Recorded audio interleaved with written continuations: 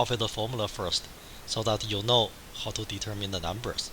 You need a constant term, right? The value of the function at 0. You need the coefficient of x, and you need the coefficient of x squared and so on. Copy the formula in any case. And then in order to determine the values, in order to determine the coefficients, you need to differentiate the function. The function in the question is sine of x, right? You need to differentiate the function many times to get all the derivatives you need. In particular, if you are trying to get the Taylor polynomial of degree 5, you need the 6th derivative in order to estimate the error. Okay. Now let's look at some details. Okay. Function is sine of x. The derivative of sine is cos, right? And then you keep on doing. You know the derivative of cos is negative sine, and so on, right? You keep on doing until you get the 6th one. And then to get the coefficients, you need to evaluate the function at 0, the derivative of the function at 0, and all the higher derivative of the function at 0. Okay. You just remember sine of 0 is equal to 0, cos of 0 is 1, and then you can get all the values. And correspondingly, you can get all the coefficients in here. Now, for instance, the derivative of the function at 0 is equal to 1. Okay. So how about we start from the very beginning? The value of the function at 0, sine of 0, is equal to 0. So that's why. So this term is gone. So you look at the mouse cursor. Okay. This term is gone. Okay. And the derivative of the function at 0 is 1. So that's why the coefficient of x is equal to 1, right? And likewise, the double derivative of the function at 0 is equal to 0. So that term is gone, right? And then there remaining the term x cubed term. Of course, you need to determine the coefficients. Okay. The triple derivative of the function at 0 is negative 1, right? You plug 0 into the triple derivative, right? So you can get that. So I'm trying to say, plugging in all the coefficients, you can get the Taylor polynomial of degree 5. So which is that, according to the formula. For the answer, I want you to compute all the factorials. 3 factorial, 6, right? 3 times 2 and then times 1. We mentioned that in class. And the 5 factorial is 120. Is that right? 5 times 4 and then times 3, so times 2, then times 1 is 120. I'm trying to say in the final answer, I'm looking for that form. So try to get that form. Okay. On the final, it's kind of reviewing already. On the final, in the next question, I'm looking for the value of the Taylor polynomial at 1. By that we mean you plug 1 into the function, into the polynomial. So do you see what's going on? T5 of x is that function, that polynomial of degree 5, and then you plug 1 into the function. Okay. So you have the value of the function x at 1 is 1, right? And then I believe you see what's going on. Minus 1 over 6, and then plus 1 over 120, so which is this one is the value of the function x to the power of 5 at 1, right? So you have this. So the final answer for the final exam, I'm going to specify write the final answer as a fraction. I'm going to specify again. If you try to get the questions from last year I wanted people to write the answer as decimals, but this year I want you to write the final answer as a fraction. The reason behind that is I do want you to see it's possible to use so basically only 4 function calculators. So now let's say addition, subtraction, multiplication, division, and so on. to approximate the value of sine of 1. Okay, using fraction. Okay, I think most of you guys calculators are can convert any decimals to fractions, so it's okay. And then in question F, I want you to, if we use t5 of 1, the value of the function, the value of t5 at 1 is equal to 101 over 120, right? So basically the idea is if we use that number to approximate sine of 1, of course 1 is in radian, okay, in radian. How close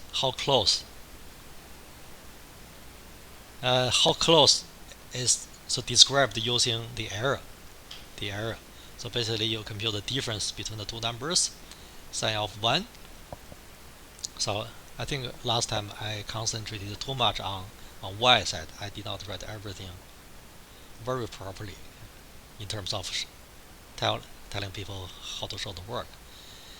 But the error is described using the difference between two values. Sine of 1 is the actual value of sine at 1, okay, and the t sub 3 of 1 is the value of the polynomial, Taylor polynomial at 1. We are trying to use t3 of 1 to approximate sine of 1, okay. To estimate the error, it means how close the two numbers are. We mentioned the last time, to describe how close, you take the absolute value of the difference between the two numbers. Okay. Essentially, that's the difference between sine of 1 and 101 over 120. So because we have computed the value of t3 of 1. So do you see it here? Okay. Recall, now you need to recall, the difference is called the remainder. The difference is called the remainder. Okay.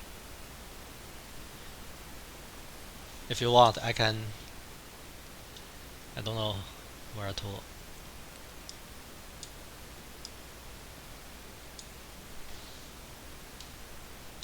If you want, I could. What did I do? Yeah, that's okay. You really do need to recall the difference between the value of the function and the value of the Taylor polynomial is called the remainder. You can recall the term, right? The formula for the remainder was that. So we did that last time, right? We mentioned that last time. C is a number. C is a number in between a and x. In that question, a value is 0, x value is 1. Okay. Again, a value is 0, x value is 1. C is a number between 0 and 1 in that particular question. Okay. Okay, the remainder is that. Okay. You take the next derivative at c. Remember, c is a number in between 0 and 1. You do need to mention in here. So I mentioned that in here. C is a number in between 0 and 1. Okay. And then you plug all the numbers. The derivative needed is in here. So negative sine of x. You plug c into negative sine of x. On numerator, you have the absolute value of negative sine of c. Okay. We did this last time, right? But the sine of anything. Is in between 0 and 1. Okay, sine of anything is in between 0 and 1. So that's why, to make the whole thing a little bigger, you replace the absolute value of sine of c with 1, so we can make the whole thing bigger, right? Okay. Again, to estimate the error, the final answer, I'm also looking for the fraction form. You compute the factorial of 6, you have 120 on denominator. Okay. So basically, for the question, I'm going to specify to write the answer of t5 of 1 as a fraction. I mean, for the corresponding final question, okay? And also for the error, I also want you to write the final answer as a fraction. Okay.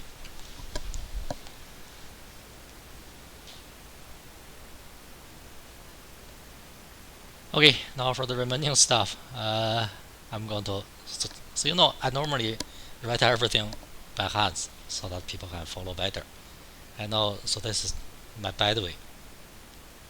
If I put everything on slide, I'm just telling people why it's the bad way of teaching, right? I fully understand that. Okay. Now the main thing we're going to talk about today is actually on this screen. It's on this screen. Also, this slide was from the last class. It was from the last class. I just copied it from the last class. In last class, now let's recall some details. If a function can be represented using power series above a, so there's one and only one way to represent the function. We mentioned the only one way is using that formula. Okay. So don't worry. Very shortly, I'm going to use some particular questions to talk about the meaning in here. Trust me, I'm going to slow down. But that's a question from last time. Okay. That's a slide from last time. Actually, this polynomial, I mean the series in here and here has a name. This is called Taylor series of the function above the number a. I want to repeat. Two forms. One form is using the summation notation. So yeah, that's one form. Okay. The other form is using the dot dot dot notation by listing all the terms. The two ways are equivalent. The series computed using the question is called Taylor polynomial of. Sorry, I'm going to try again. The series is called the Taylor series of the function f of x. In general, we do not know the function is equal to the series or not. The full definition is on the next slide. Now, on this slide, so there's nothing new. So just the series is called Taylor series of the function above the x value of a.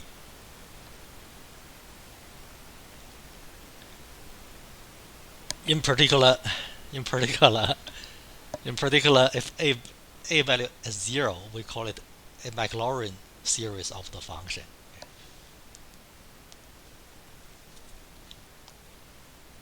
Essentially, there's nothing new on this slide.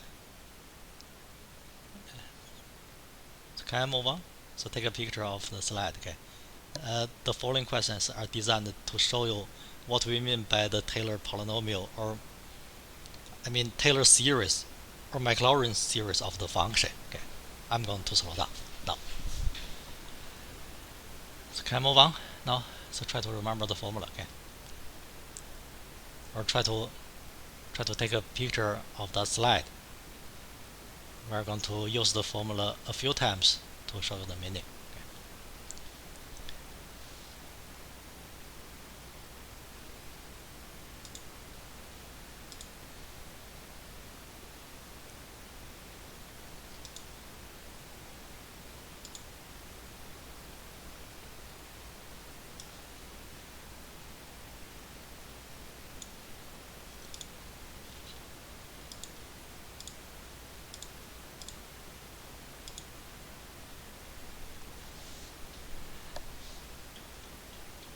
Sorry, but I fully understand this. So people do not like I point on slide and explaining things.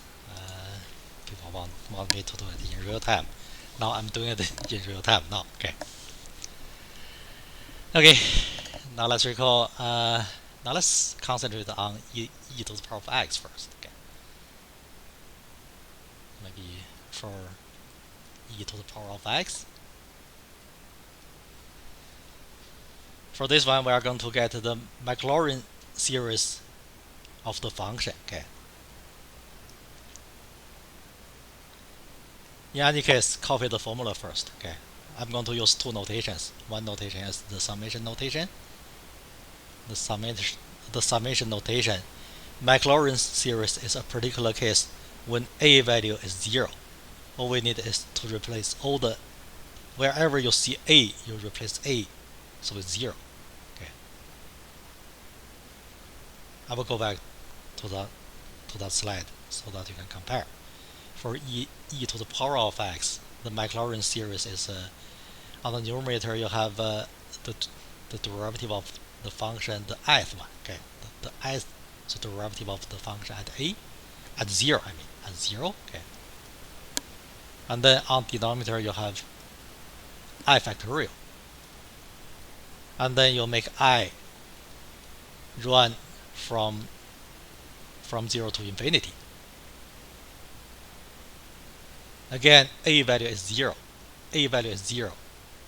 For each term, you replace a, so it's 0. You have x, so to the power of I, right? In this particular case, you have x minus 0 to the power of I. Okay. The series, in terms of the summation notation, is called the Maclaurin series of e to the power of x. In order it's easier to see what's going on, I'm going to use the dot dot dot notation. I mean by listing all the terms. When I value, each value of I determines a particular term, right? When I value is 0, you have the value of the function 0. Okay. And the x to the power of 0 is equal to 1. I'm not going to include that term. And then the term after that is determined by I value of 1, so which is the derivative of the function at 0, and then times x to the power of 1, right? And then the term after that is the double derivative of the function at 0. On denominator you have 2 factorial.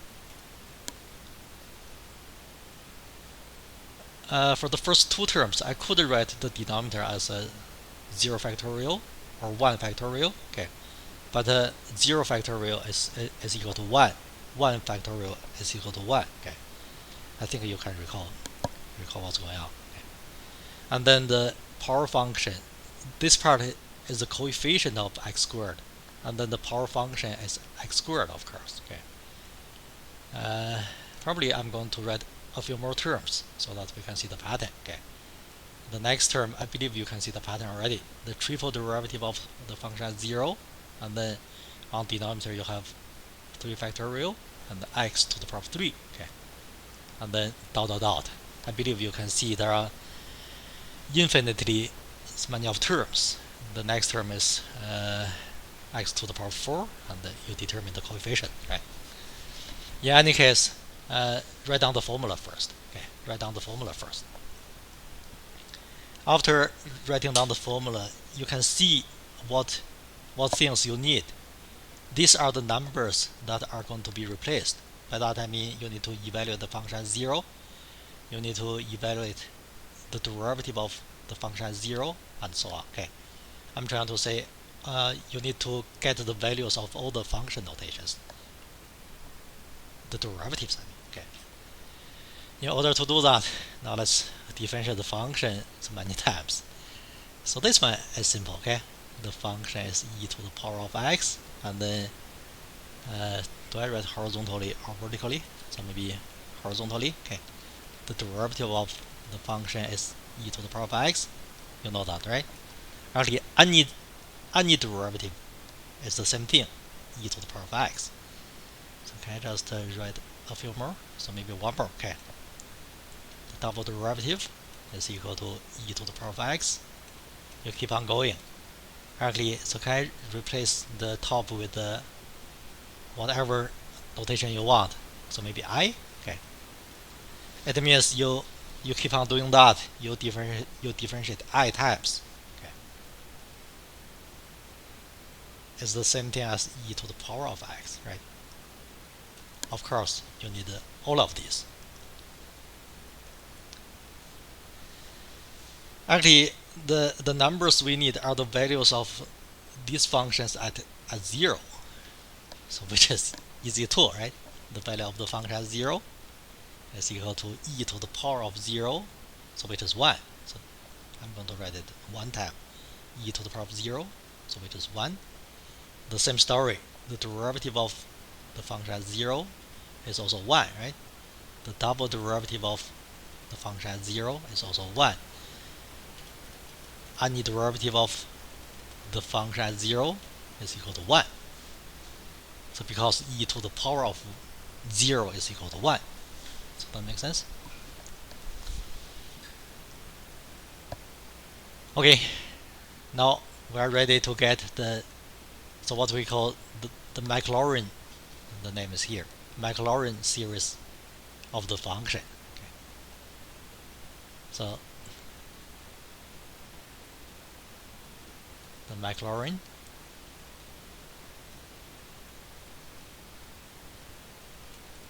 series of the function. And by the way, historically, Maclaurin discovered the thing first. Taylor is Maclaurin's professor. He kind of generalized a little bit, such as replace 0 with a. And then after that, everything is named using Taylor. So you know what I'm saying, right? Okay, so the Maclaurin series of this function. Now let's try to get it. So how about so this time we are going to use the dot notation first. You watch all the terms. The value of the function at 0 is equal to 1. You look at the mouse cursor, okay? Term by term. The term 0 is 1, and then plus the derivative of the function at 0 is equal to 1. So plus x, right? You look at here. Now the numerator in here is 1. So can I write the next term in terms of x squared over the factor of 2? That's kind of the standard way writing this. By the standard way, I mean it's common practice. Can I say common practice? A convention. No reason. X cubed over the factor of 3. I think you have seen the pattern already. Okay. And then, of course, for the series, you have many terms. I mean, infinitely many terms. Using the summation notation now, okay? Now let's try to summarize using the summation notation. Using the summation notation as I from 0 to infinity, I from 0 to infinity, okay? And then, can anybody try to see the pattern? Actually, to use the summation notation, the main thing is to see the pattern so that you can summarize all the terms using one formula. Okay. Actually, it's x to the power of I, and on denominator you have I factorial. Right. Again, each value of I starting from 0 will determine a particular term. For the people who are not here last time, factorial of 0 is equal to 1. That's a definition. Okay, so we're done. We're done question A. We're done question A.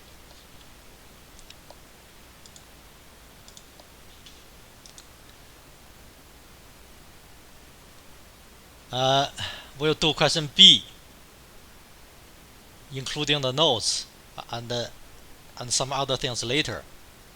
But I want to tell you the conclusion right now. Okay.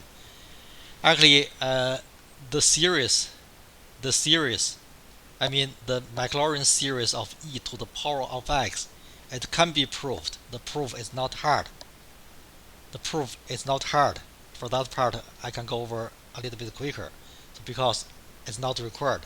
But it's possible to prove that the Maclaurin series of e to the power of x actually converges to the function e to the power of x. Okay. Actually, the same thing is true for all these functions. I'm trying to say now it's possible to represent the function e to the power of x using its Maclaurin series as the following. I'm going to write the formula on the next slide. Okay, that's one of the big thing you need to know. I was trying to say you need to memorize, but you don't need to memorize. You just need to write it on paper. Okay. So this thing is actually equal to. I'm trying to say the series, the Maclaurin series actually converges to e to the power of x. So by that we mean the sum of. Later on, if I have time, I'm going to prove that a little bit quicker, because it's kind of not required. Okay. From 0 to infinity, it can be e to the power of x can be represented using a power series at the number 0 as x to the power of I. I think you have seen that. On denominator you have I factorial. Okay. This is true for any value of x. We're going to see that soon. Okay. But later on I'm going to go over that part a little quicker. But in any case, I want you to know e to the power of x can be represented in terms using a power series as that. So this is true for any value of x. By that I mean the interval of convergence. The equation is true for any value of x, for any real number. I'm trying to say the interval of convergence is actually from negative infinity to infinity. It's actually the set of all the real numbers. Okay. That's one of the big formula you need to know. So do you remember I told you last week it's possible to represent many functions in terms of the power series? Okay. And after doing that, you can study many properties of the functions a little better. So that's one of the functions.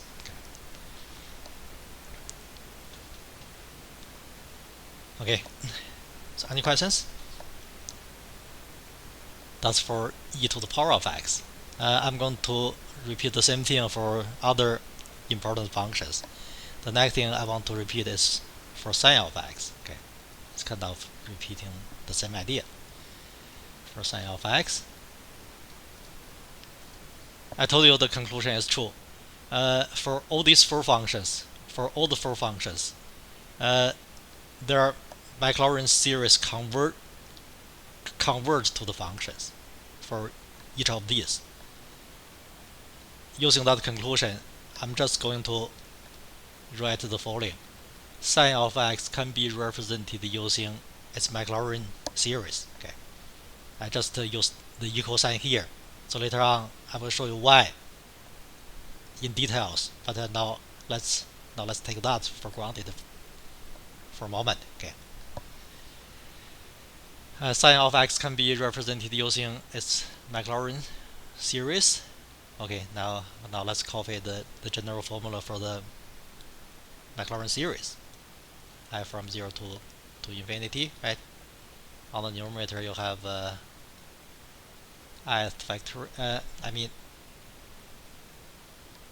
So derivative, right? So derivative at 0. Again, for Maclaurin thing, a value is 0. Wherever you see a in the general formula, you replace a with 0. On denominator you have I factorial, right? A value is 0, so each term is a power function x to the power of I. Okay.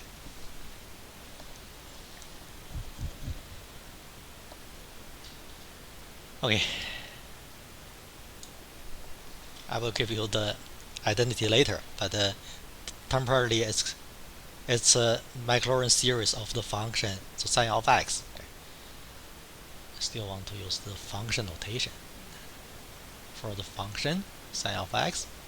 We'll kind of repeat the same thing. Okay. In order to see what's going on, probably you still want to use the dot notation. Okay. So the initial term is the value of the function at 0, and then the term after that, the derivative of the function at 0, I mean.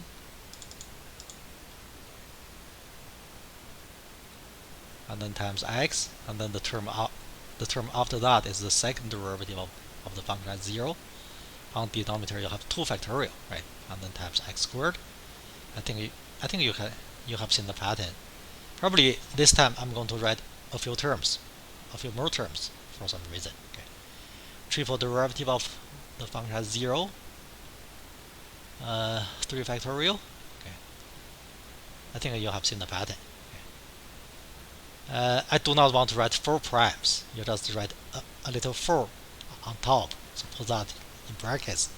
It means you differentiate the function 4 times. The value of that as 0 over 4 factorial. I will include one more term for some reason. You are going to see why. Okay. So can I add one more term on top? Fifth, so derivative of the function at 0 over 5 factorial, and then, sorry, x to the power 5, of course. I forgot many power functions. X to the power 3, x to the power 4, x to the power 5. Okay. And then, of course, dot dot dot. You put that in here. Okay. You know, our next job, you know what to do next. We need to evaluate the derivatives for the function sine of x. Now let's do that on the left hand side. Okay. I'm trying to say the function is equal to sine of x. The derivative of the function. So do you know what I'm doing? Why I need this? Later on, I need to get all the coefficients of the power functions. So that's why we need to differentiate the function many times. Okay. But for sine, it's super easy. The derivative of sine is cos, right? The double derivative is the derivative of cos is negative sine of x, right? Negative sine of x. We'll just keep on doing. The derivative after that, the triple derivative. I mean, okay. I believe it's do I get everything right? It's negative cos, and then the next one, the derivative of cos is negative sine. I believe you are going back to sine. Now you look at the mouse cursor. So do you see it cycles back? It cycles back. You probably will have seen that last time. Okay. Starting from sine of x, you keep on differentiating. After the fourth one, I mean after the third one, it's cycling back. I think you have seen the pattern already. Okay.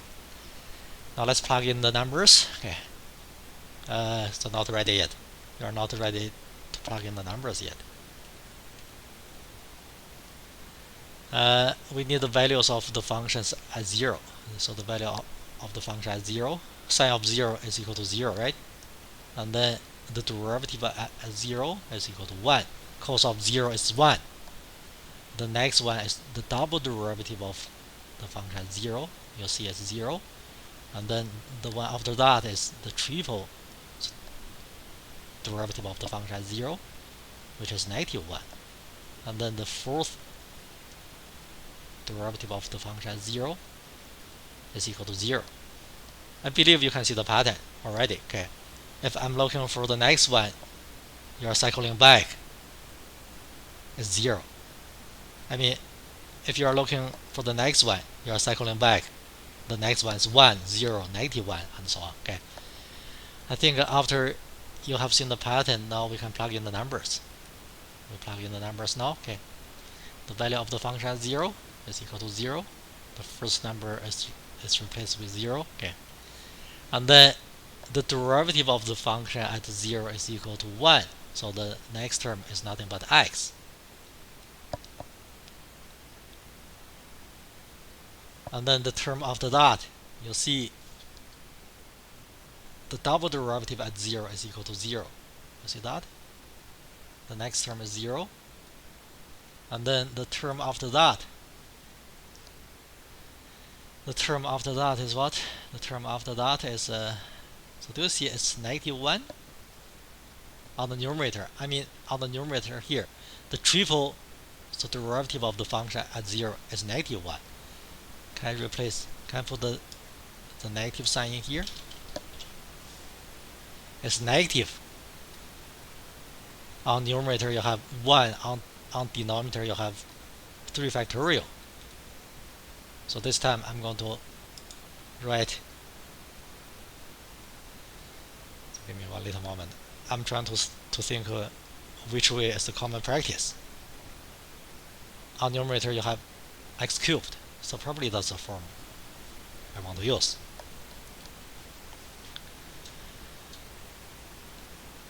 Have you seen the pattern already? The next term is going to be 0. So can I just write it's plus 0? The term after that, I think you could calculate. The term after that is x to the power 5, right? Over the factorial of 5. And then you keep on going. Plus 0, going forever. After the next line, I want you to see the pattern, okay?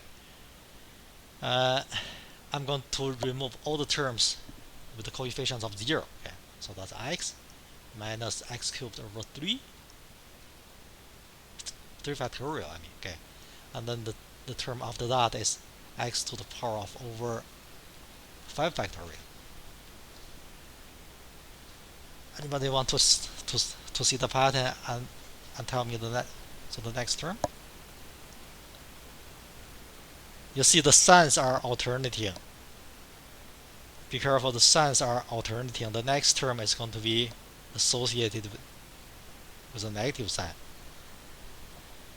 You probably are not used to the serious stuff. Normally people in this class answer questions. But the term after that is x to the power of 7 and 7 factorial. So thank you. Cool. I think you have seen the pattern already. And of course, this has to go on and on forever. So dot dot dot, right?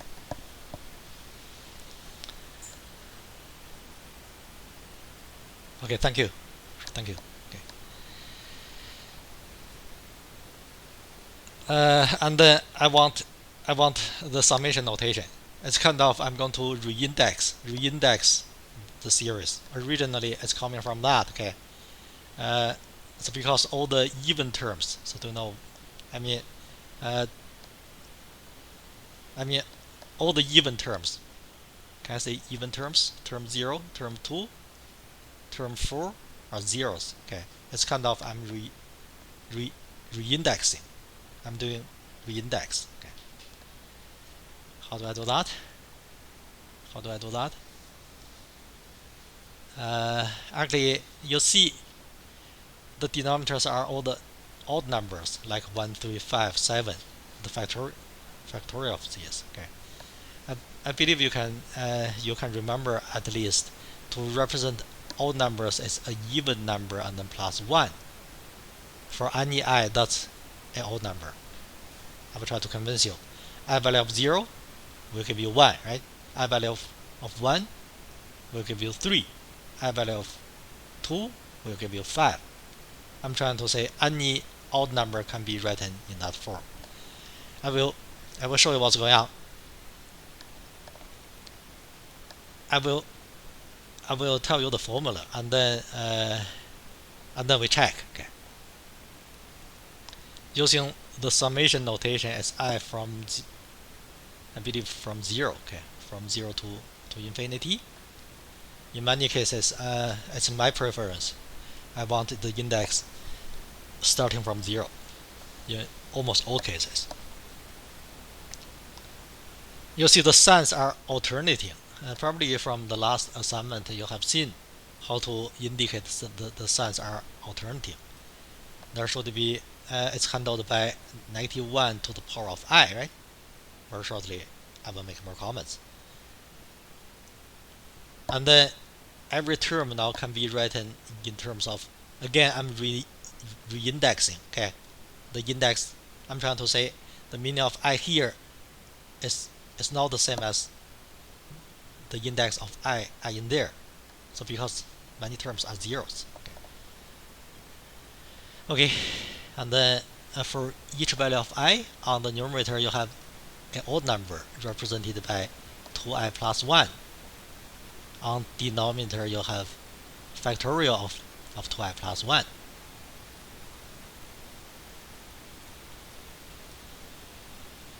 Factorial. Okay, now let me try to convince you it's indeed true. I mean, the summation notation is indeed true. Okay. The point is each value of I will determine a particular term. Now let's try to check some terms. Okay. I value of 0, I value of 0 will give you the term -1, so -1 to the power of 0, right? And then on the numerator you have x to the power of 2 times 0 plus 1, so you just have 2 times 0 and then plus 1. On denominator you have the factorial of 2 times 0 and then plus 1. So do you see you just have the term x, 2 times 0 is 0, x to the power of 1. On denominator you have 1 factorial, so which is the same as that, right? And the sign is positive. -1 to the power of 0 is equal to positive 1. The sign is positive. So I value of 0 will give you initial term. And likewise, if you want to check again, if I replace I value with 1, the term corresponding to that is 91 to the power of 1, and then 2 times 1 plus 1. On denominator you have 2 times 1 and then plus 1 factorial. So do you see the sign is negative? 91 to the power of 1 is negative. And then the term determined by I value of 1, the numerator you have x to the power of 3. The denominator you have 3 factorial. So do you see that? Okay. I think you're convinced. Okay. Again, that's called Maclaurin series so not the representation yet. Okay. Now let me try again. I said something wrong actually. This series is called Maclaurin series of the function psi of x. In general, the Maclaurin series of a function may or may not converge to the given function. But I told you earlier, this is indeed true that the series actually indeed converges to the given function. I'm going to write the formula I want you to know on the next slide. Okay.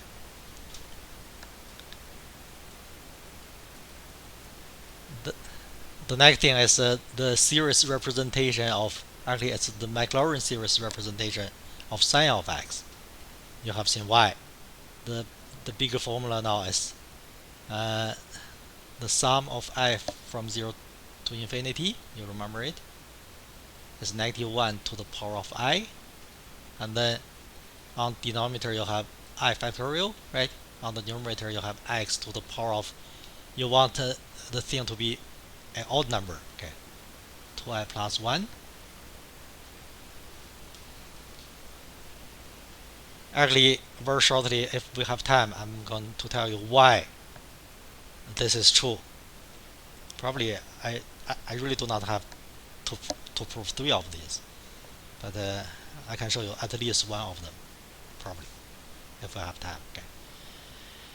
Again, the interval of convergence, the equation is actually true for any value of x. I'm trying to say the equation is true for any value of x on the interval of convergence. So this equation is true for any value of x when x is in between negative infinity to infinity. It means for any real number, it's true. Okay. That's the second big formula I want you to memorize.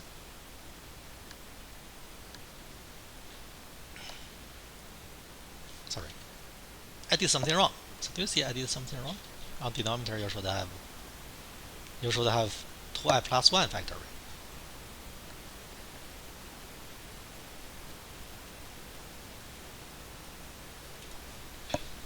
Okay, now it's right. Now it's right.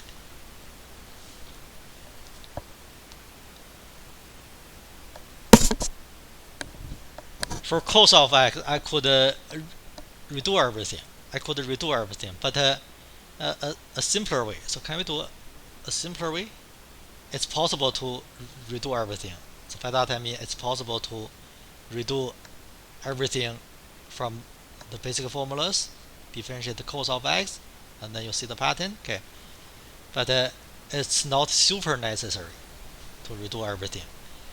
If you can recall, it's permissible. I'm trying to say, in order, if a function has a series, so representation, to differentiate the function, it's permissible to differentiate the term by term. Okay. Now let me tell you what's going on. It's simple now. Okay. Now cos of x. Now I'm trying to represent cos of x using the power series. I mean using a power series above the zero. Okay. It's actually called the Maclaurin series. You remember last time I told you, whenever you have a series representation, the representation has to be unique. So there's only one way to represent the series. Okay. I mean to represent a function in terms of series, using series. Now I'm trying to represent cos of x. All you need is to interpret cos of x as negative sine of x. I mean cos of x is the derivative of sine. That's what I'm trying to write. The derivative of sine.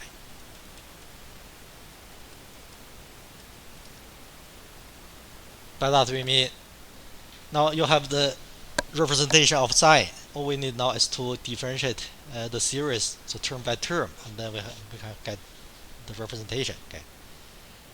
You look at the stuff inside the summation notation. Okay. Do I have enough room if I write on one line? So later on, I'm going to make more comments.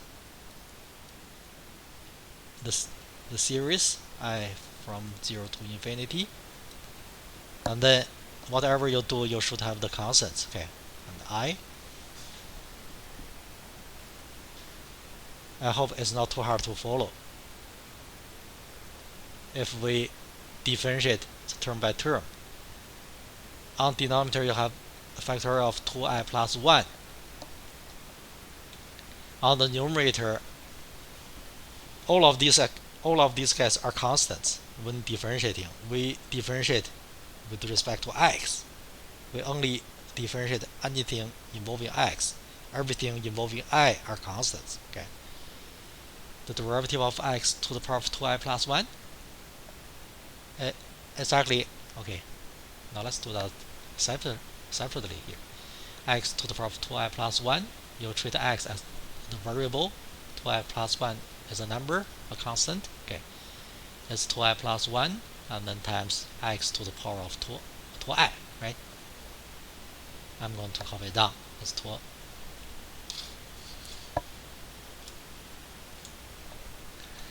I mean 2i plus 1. And then on numerator you have x to the power of 2i. Okay. So do you remember the interval of convergence? I mean the radius of convergence is not changed.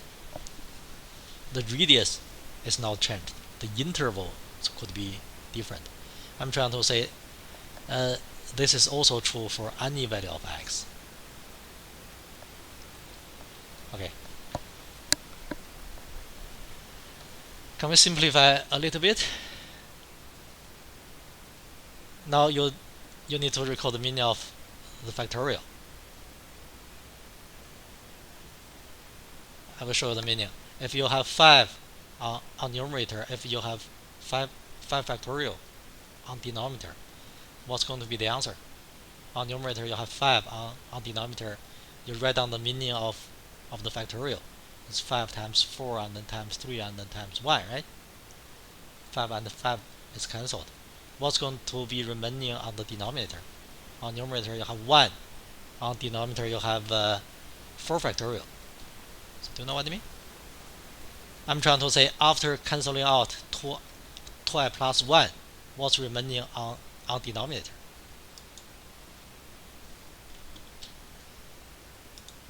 On denominator there remains factorial of 2i. So that makes sense? It's comparable to if you on numerator you have 5 over factorial of 5, you have factorial of 4. Okay, simple, right? Probably I want to write one more line. Now the following is going to be the representation, I mean Maclaurin series representation of cos of x. So which is the sum I from 0 to infinity, okay, and then you have -1 to the power of I. On numerator you have x to the power of 2i, and on denominator you have 2i factorial in brackets. Okay. And the representation is true for any value, for any real number from -infinity to infinity.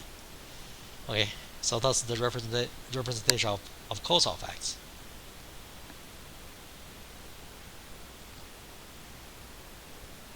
Okay, I'm going to put the things you need to know. The following thing will have some variations on the final exam. That's one formula you need to memorize. That's another one you need to memorize. Actually, it's summarized in the course manual. Okay, now you look at the screen. We have seen this long time ago, right? 1 over 1 minus x. We have been using that formula many times to do most of the questions on your last assignment. Right? You remember that? Remember, that's one function I want you to know how to represent in terms of Maclaurin series. Okay. The interval of convergence as well, from -1 to 1. Okay. And also e to the power of x. I want you to know that. Okay. And also sine of x. And by the way, in here I was trying to use n, the same thing. Actually, I changed my mind later, after I made this. Now I prefer to use I used to use n, so the same thing, right? It's just a whole number running from 0 to infinity. I'm trying to say the same formulas are true, okay? I don't know what I'm saying. The same thing, to use n or I. Okay? I'm trying to say I want you to know the representation of 1 over 1 minus x, so geometric series, right? And then the next one is e to the power of x. I just told you sine of x, cos of x. I just told you 3 of these. And then inverse tan. Actually, I told you long time ago the representation for inverse tan. If you want, I'm going to repeat inverse tan so that you can refresh the memory. Okay, now for inverse tan. Okay, for inverse tan, actually, it's not necessary for any function. You have to go through that. If you have any other ways, so this is the longest way actually. So this is the longest way. If it's possible to use any other way, try not to use that way. So because it's longer, okay. You can imagine if the function is a little bit more complicated, you take many derivatives. It's going to be weird. It's going to be tedious, at least, right? and in some cases you cannot see the pattern. Okay, it's probably true for inverse tan of x. Okay, not because the representation is unique, you just need to think about other ways. So we have seen other ways. I'm going to repeat it for you. Okay, it's hard to represent inverse tan, but after differentiating the function is simple, right? Okay, now let's do that. In order to represent inverse tan in terms of series, I want to inverse the function. I'm trying to say I want to differentiate the function first. Okay. So you know you have 1 over 1 plus x squared. Okay. Again, whenever you have other ways, use other ways. The way to use the formula for Maclaurin series is the longest way. Okay. For e to the power of x sine of x, so we have no other ways, right? We have no connection to 1 over 1 minus x. So yeah, that's why. Okay, I think you know what.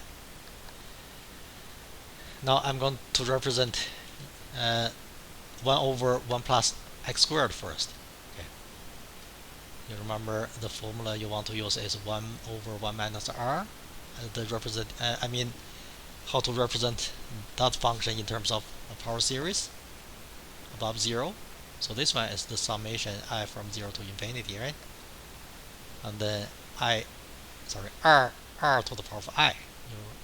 I think you did many questions using that formula. Okay. We just do this. It's 1 minus. Again, in order to use that formula, I'm looking for a negative sign at this location. It's 1 minus r, right? I'm trying to say 1 minus negative x squared. I will go over that a little quicker, so that's okay. I think we have seen this already. Now you treat r value to be anything, to be the whole thing. So inside the brackets, you apply that formula. And by the way, the formula is true only when r is in between -1 and 1. Always specify the interval of convergence. Okay. So you have 1 over. Actually, you're ready to use the formula. Okay. The sum I from 0 to infinity. Your r is negative x squared, right? Negative x squared, and then the whole thing to the power of I.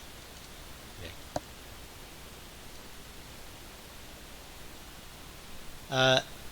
In order to represent the function in terms of a power series, its requirement every term is written in terms of a number in terms of a power function. Okay. Yeah, that's why I'm trying to represent the thing using the following form: I from 0 to infinity. I think you can remember the thing. Okay, you have -1 to the power of I and then x to the power of 2i.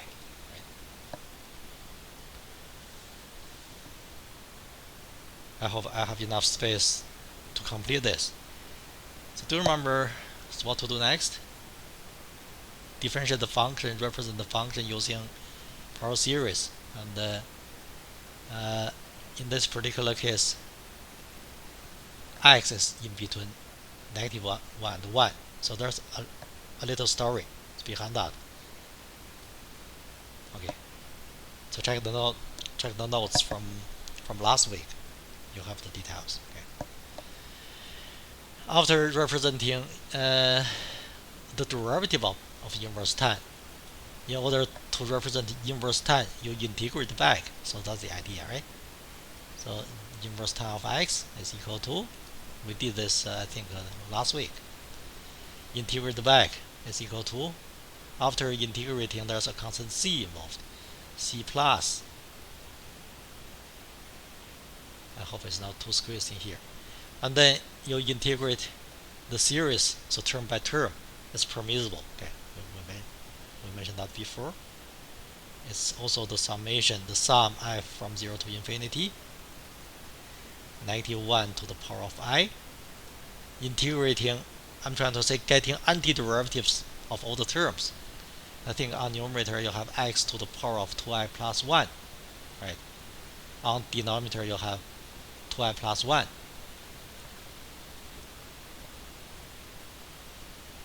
So just to make sure it's not too messy, I hope I'm not making it messier. This is true when x is in between -1 and 1 as well.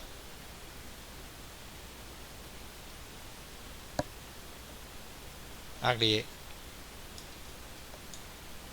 I will save that for later. I'm going to make more comments on that. Okay. After this, you want to get rid of c. You remember how can we determine the constant c?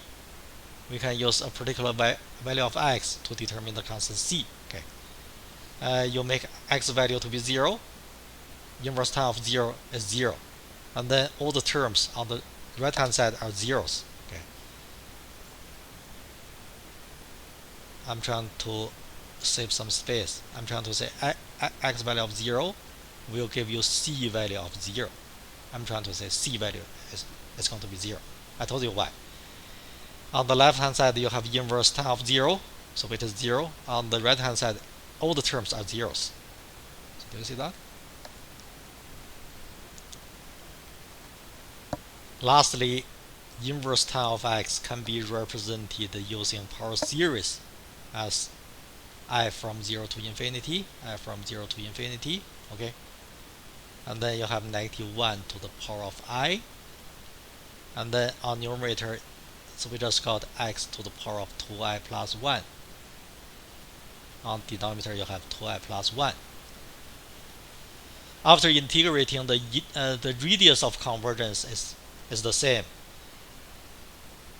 I told you last time there could be some additional numbers on which the series is convergent. Okay.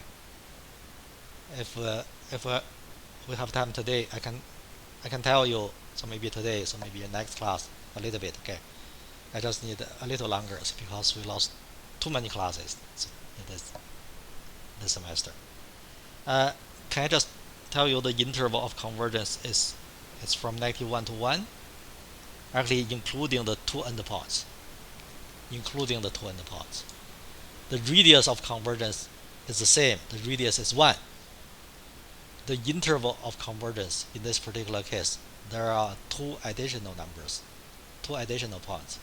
I mean the two endpoints are included. Okay, from -1 to 1. This is one other famous representation of inverse tan. Actually, it's on this list.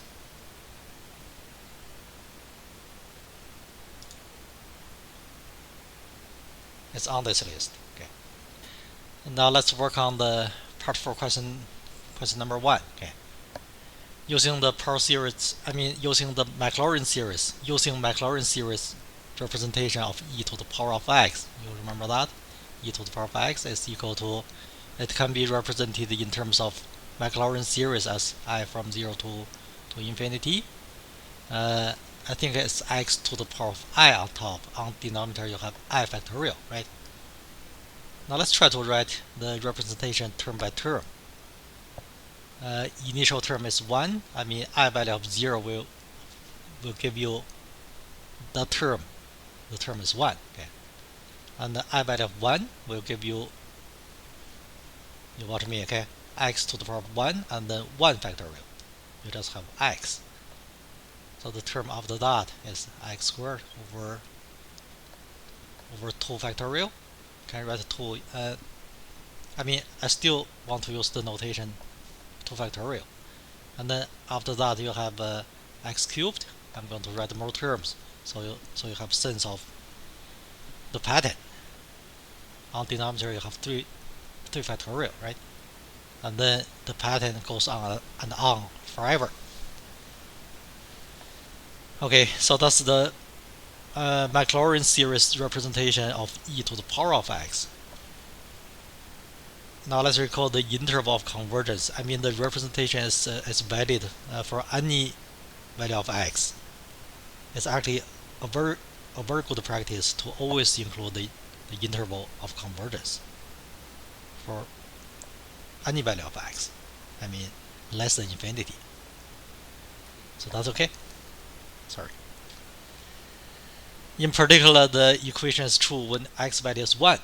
When x value is 1, you are going to have e to the power of 1 as e, right? E is equal to, now from here you replace all the x values with 1s. It means in terms of the summation notation, it's I from 0 to infinity, right?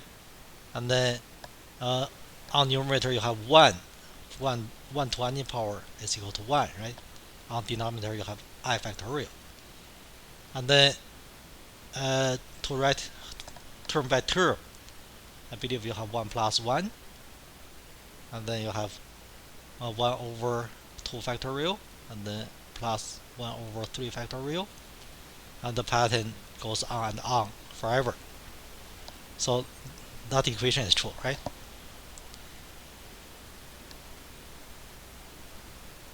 You remember part 1? In part 1, so we are trying to use Lagrange remainder to approximate e using the Taylor polynomial, the value of the Taylor polynomial at 1. Exactly the same idea. So basically, e can be represented using the sum of many numbers using that. Okay. Now let me show you item number 2. That's actually a long representation of pi. Of course, we have way better representations of pi. So later on, I will show you something cool. Okay. But you remember the representation for inverse tan of x? Inverse tan of x can be represented using Maclaurin series. Actually, whenever you can represent a function in terms of a series, the representation is unique. We mentioned that last time, right? I think I can also call it Maclaurin series representation of inverse tan of x, so which is I from 0 to infinity. Now let's recall the details. Okay, I believe it's -1 to the power of I, and then on numerator you have x to the power of 2i plus 1. On denominator you have 2i plus 1. I hope I have this right.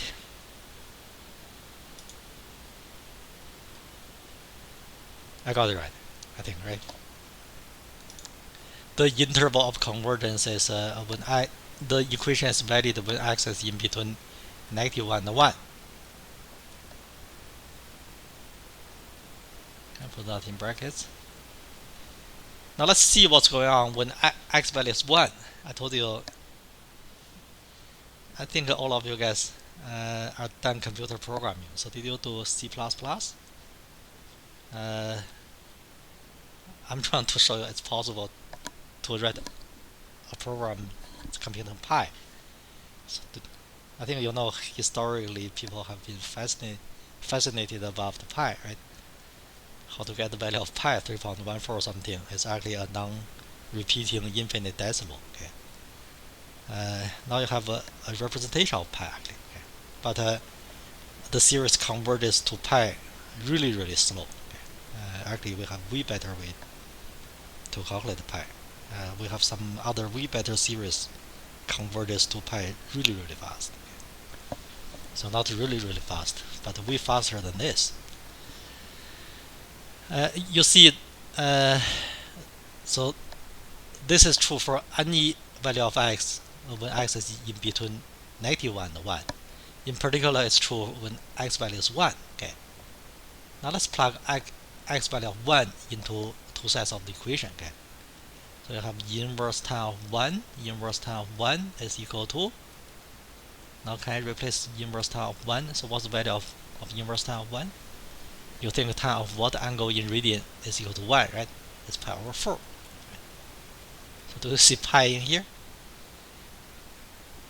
It's kind of can be represented using a series I from 0 to infinity.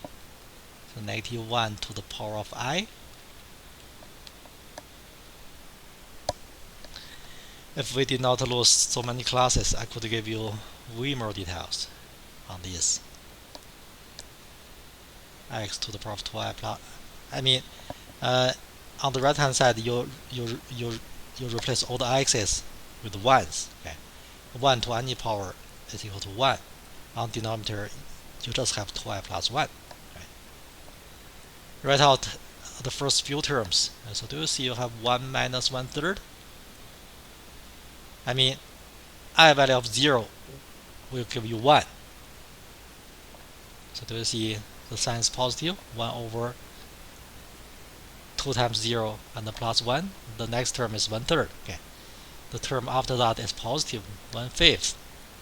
Term after that is negative 1 over 2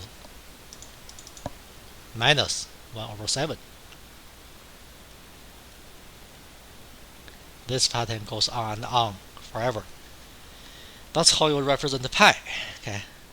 Now do you see you multiply two sides of the equation by 4?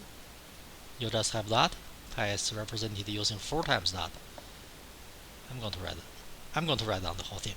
Pi is equal to 4 times 1 minus 1/3, and then plus 1/5, okay, and minus 1/7, okay, and then goes on and on forever. So that's pi. Okay. Now you look at the next point. Actually, we did that in part 1. We were trying to use the Lagrange remainder to actually estimate the error, but without estimating the error. So do you remember partial sum? The limit of the partial sum is defined as the sum of the series. I'm trying to say as n gets larger and larger, the partial sum gets closer and closer to the sum. By that I mean if we add the first some terms, actually the first many terms, so now let's say the first 10 terms, we can use that to approximate the value of e. From here, if we add the first many terms, we can use that partial sum to estimate the value of pi. We'll see how good the estimations are. Actually, it's possible to talk about the error. Actually, in part 1, we did the error estimation for estimating e. So do you remember the questions we did in part 1? I think I was changing the order of doing the thing, but I'm pretty sure it was good. I was feeling good to cover that first. So do you remember in part 2 question 1 we estimated the e using T3 of 1, T4 of 1, and so on. Actually, you are going to redo the thing for the assignment. You're going to see it so. But I'm trying to say it's possible to estimate how good the estimations are. But now I want to show you some R programs for computing these things. Okay. How about we do pi first? Okay. We actually estimate pi first, so that it is that. Okay.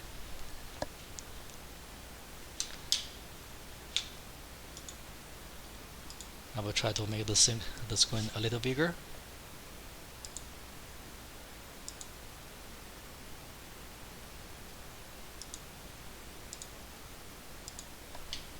It's big enough.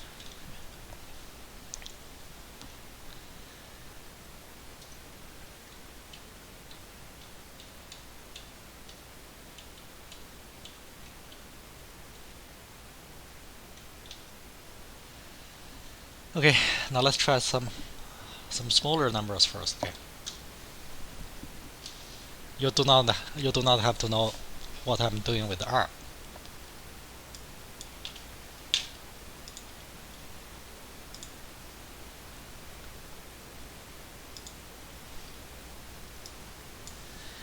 Okay, that command will give you the indices. I'm making R containing all the values from 0 to 100. So do you see that's from 0 to 100? So that's all the indices values, right? And then I think you can kind of see the thing. It's kind of the total, the sum, the total of all the values when I is running from 0 to 100.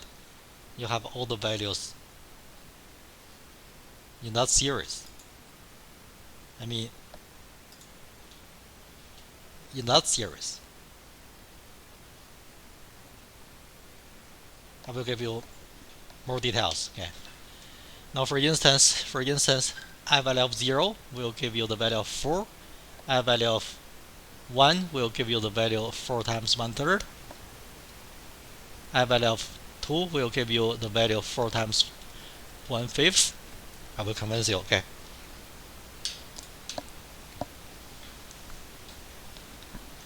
I will convince you. So do you see I value of 0 will give you 4. I value of 1 will give you, remember what I told you? I value of 1 will give you 4 over 3. Actually 4 over 3. You could compute 4 over 3.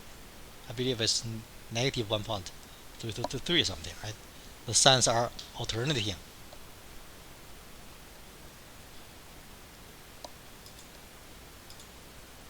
I'm trying to say, for that series, term 0 is 4, term 2 is that, term 3 is that, and so on. I believe if you write the next term, it's going to be minus 4 times 1 over 7, right? And then the pattern goes on and on forever. If I use n value of, if I use the first 100 terms, these are the values for all the terms. Okay. But the main thing I want to do is to compute the sum.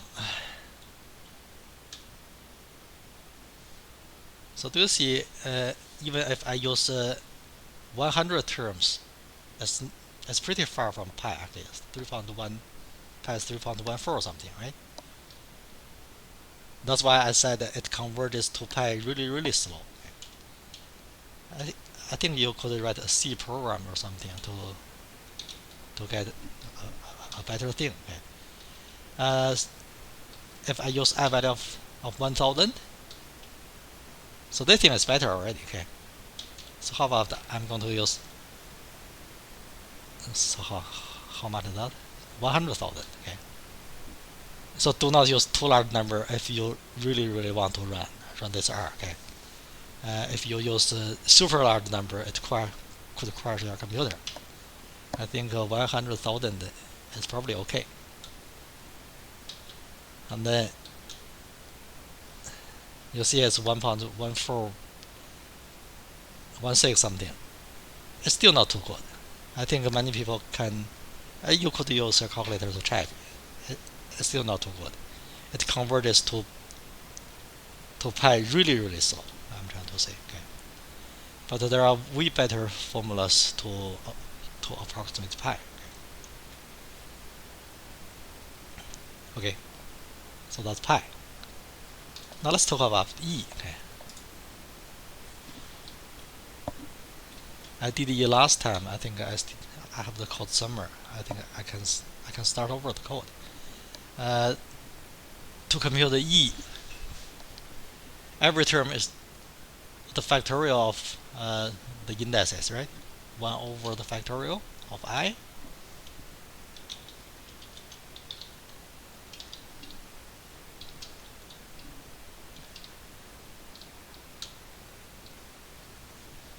My gosh. I was scared it could crash the computer.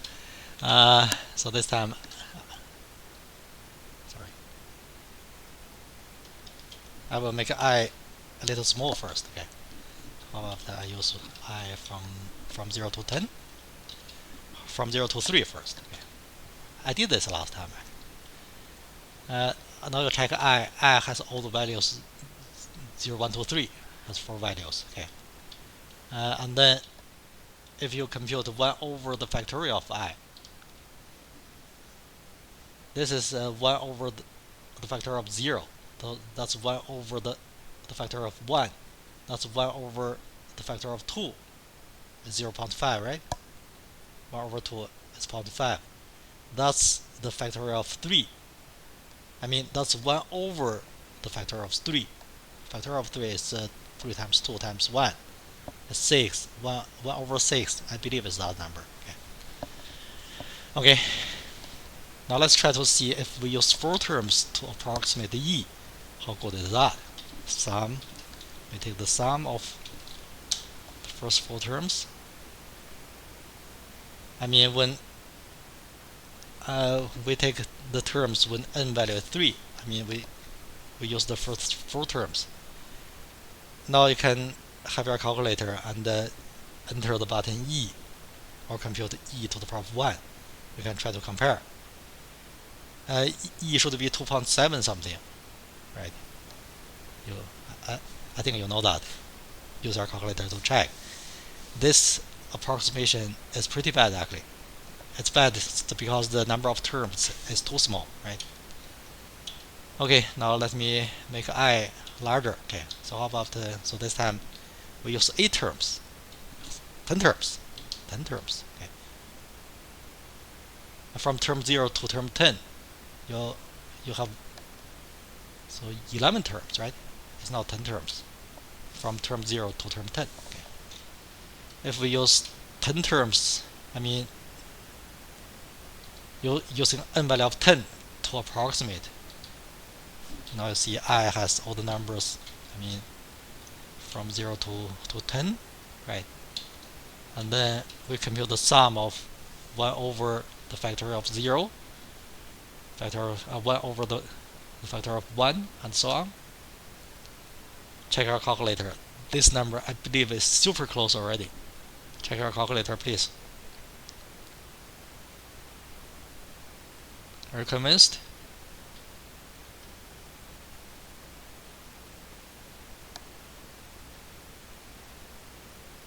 Now let's try to use 100 terms. This number would be really close. I was trying to say in my R program, I was trying to approximate e by adding 1 plus 1 and then plus 1 over 2 factorial and then plus 1 over 3 factorial. You keep on and on. If I use n value of 10, the last term is going to be 1 over 10 factorial. If I use n value of 100, the last term is going to be 1 over 100 factorial, and so on. Okay. Again, so check your calculator. Okay.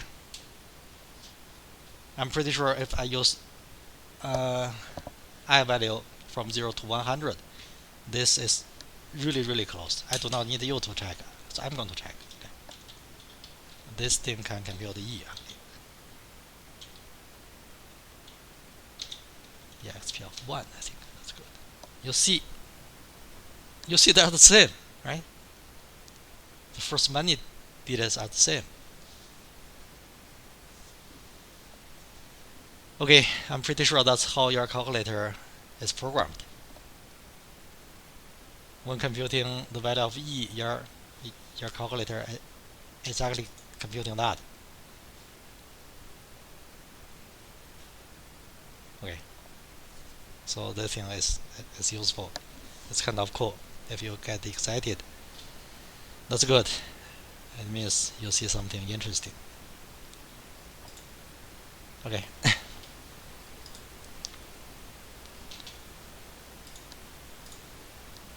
That's 2 super interesting applications I want to talk about. Okay.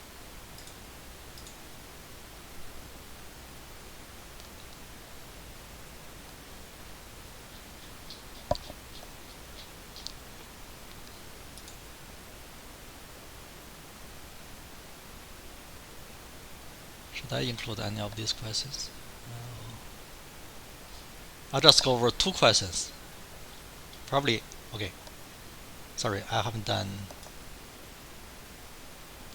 these 2 questions yet. For the assignment question, I know I'm supposed to make some comments on Wednesdays. But all the questions are similar. I promise. All the questions are similar. I want to I want to finish that first. Okay. Then I'll see if I have time to make some comments. Okay.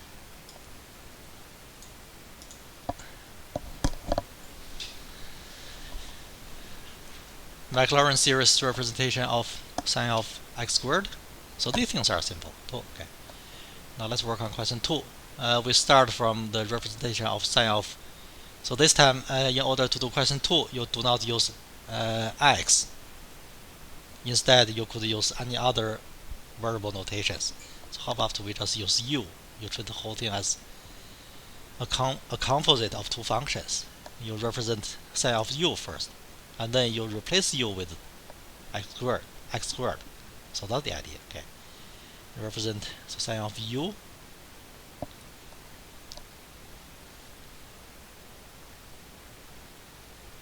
Sorry, I really forgot to make some comments. But for cos of x, if you write that term by term, initial term is going to be 1. I'm talking about that. I just remembered I missed something. Okay, initial term is 1, and then the term after that is going to be x squared over 2 factorial, corresponding to I value of 1. So do you see that? And then the term after that is going to be positive x to the power 4 over 4 factorial. Sorry, it's a little messy in here. And then the term after that is minus x to the power 6 over 6 factorial, right? And the pattern goes on and on forever. The signs are alternating between positive and negative, right? And then the powers are even. The denominator is the factorial of the power. That's how we see the pattern. Sorry. A little messy, but I think I was just trying to tell you the pattern by listing all the terms. Okay, sine of u represent sine of u. I from 0 to infinity, right? You remember the form I re-indexed. The numerator is x to the power of 2. Sorry, not x. U to the power of 2i plus 1. On denominator, you have 2i plus 1 factorial, right? So this is true for any u, for any number u. Okay. But in the question 2, we are trying to represent sine of x squared. Okay. Now all you need is to replace u, so with the x squared. Now let's see what's going on. Okay. Still, you have to write all the terms as a number times a power function. A power function of x. I mean, okay. Sine of x squared. Now let's see if we replace u with x squared to see what's going on. Okay. I from 0 to infinity. I forgot something in here. You have negative 1 to the power of I forgot that. Okay.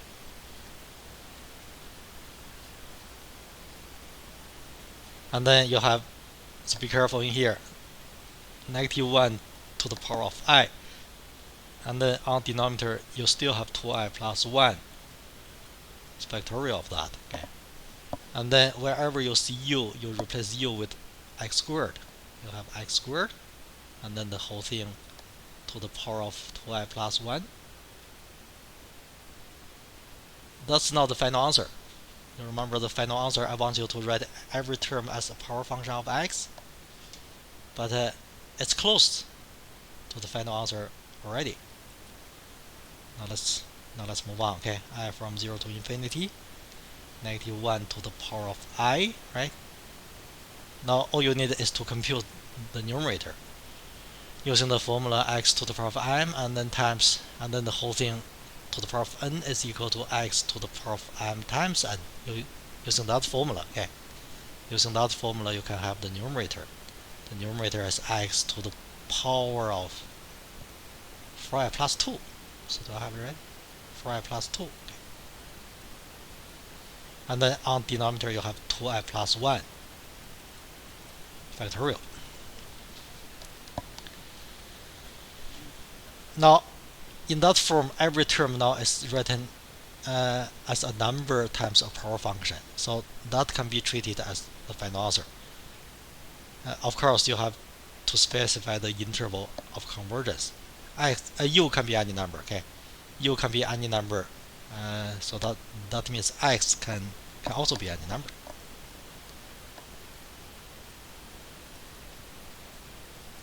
Okay.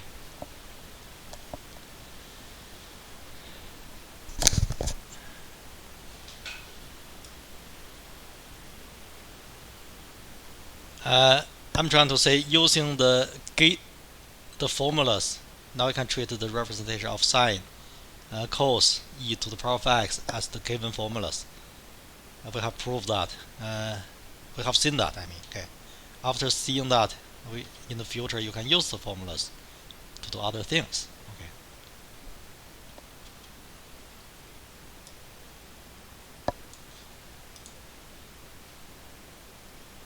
You see, that's the formula for sine of x squared. Now I'm going to use that formula to do the next question. The next question is to ask you to represent using the power series, the representation of the integral of that. For an indefinite integral, of course, there's a constant c involved. Okay. We just go from that. We integrate the term by term. It's permissible to do that, right? It's equal to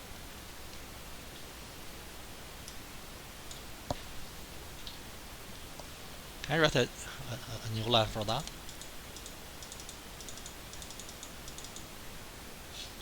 That's the representation of sine of x squared. Okay. Now I'm going to integrate the term by term to get the indefinite integral of sine of x squared. And by the way, the integral on the left hand side cannot be represented using elementary function. By that we mean it's not possible to represent the antiderivative of sine of x squared using one formula.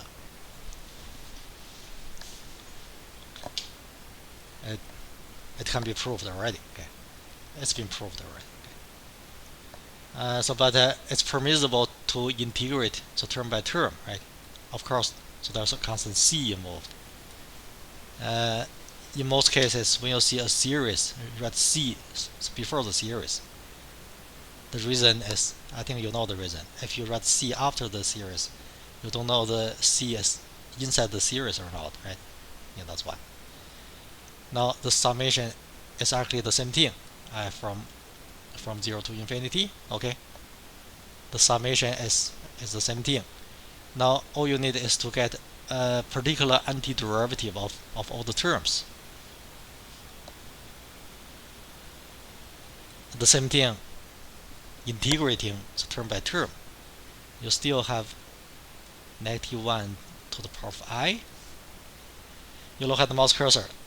For each term, for each term, that's a constant. -1 to the power of I is a constant. 2i plus 1 is a constant. The only place having a variable is that term, the numerator, right? Now all we need is to get antiderivative of the numerator.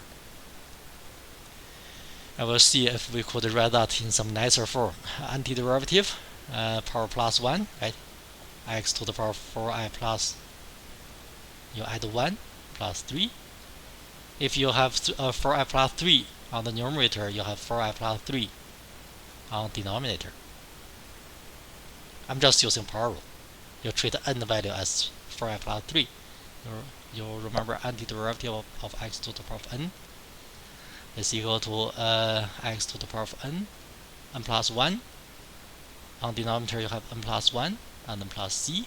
You just treat n value as 4i plus 2. It's coming from here. N plus 1 will become 4i plus 3, right? And then you put n plus 1 on denominator, it's the same thing. And then multiplied by the factorial of 2i plus 1.